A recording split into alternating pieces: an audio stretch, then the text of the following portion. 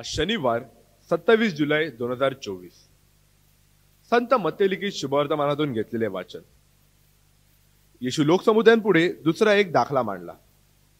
कोणा एका मनुष्याने आपल्या शेतात चांगले बी पेरले त्यासारखे स्वर्गाचे राज्य आहे। लोक झोपेत असताना त्याच्या वैरी येऊन गव्हामध्ये निंदन पेरून गेला, पण जेव्हा पाला फुटला आणि दाणे आले तेव्हा निंदनही दिसले। तेव्हा घरदाण्याच्या दासांनी येऊन त्याला म्हटले, महाराज, आपण आपल्या शेतांमध्ये चांगले बी पेरले ना, तर मग त्यात निंदन कुठून आले? तो त्यांना म्हणाला, हे काम कोणा वैऱ्याचे आहे। दासांनी त्याला म्हटले, तर आम्ही जाऊन ते जमा करावे अशी आपली इच्छा आहे काय? तो म्हणाला, नाही, तुम्ही निंदन गोळा करताना त्याबरोबर कदाचित गहूही उपटाल। कापणीपर्यंत दोन्ही बरोबर वाढू द्या।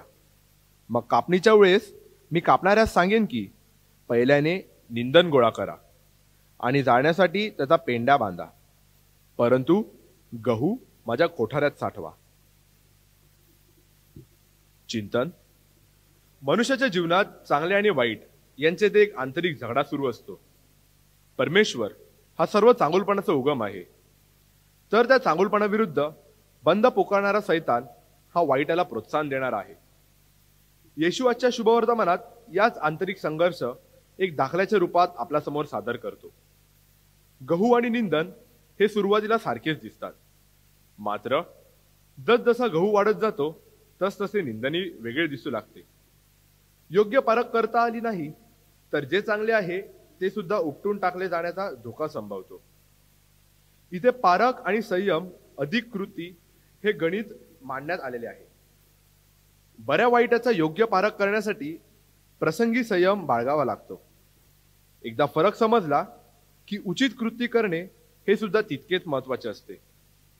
माणसाने जरी त्यात काही चूक केली तर शेवटी देवाचा न्याय सुद्धा ठरलेला आहे हे माणसाने विसरू नये।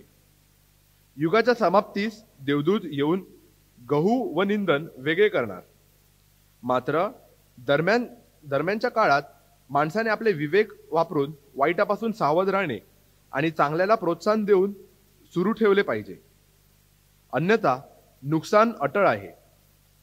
माझ्यामधील बऱ्या वाईटाचा संघर्ष मी कसा हाताळतो?